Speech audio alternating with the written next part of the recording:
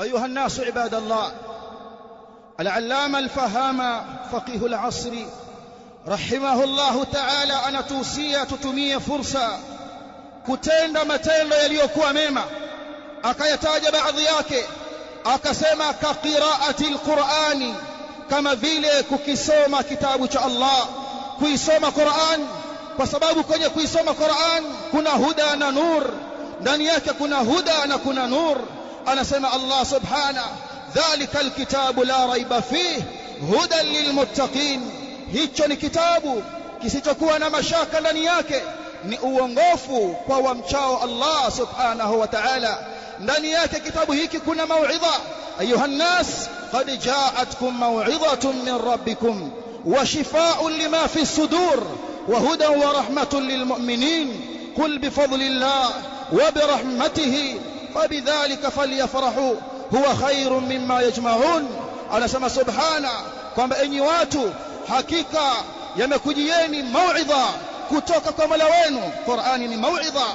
Wa shifaa'un lima fi sudur, imekujieni ponyo ya maradhi yaliyopo katika vifua vyenu, ni ponyo ya maradhi ya nyoyo.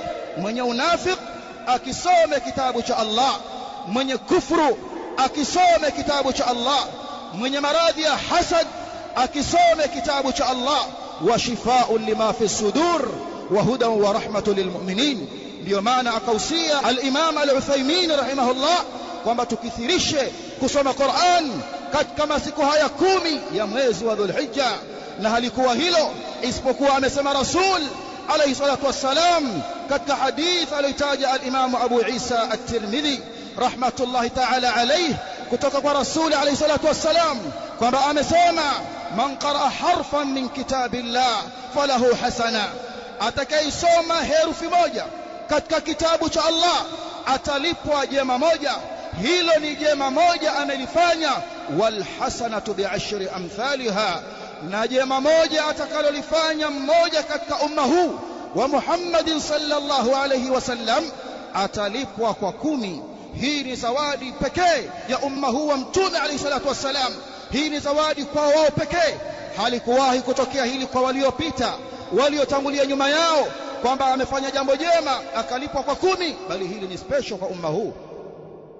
La aqulu alif lam mim harf, sisemi alif lam mim, sisemi kwamba alif lam mim hii ni herufi moja, bali alif ni herufi na lam ni herufi na mim ni herufi.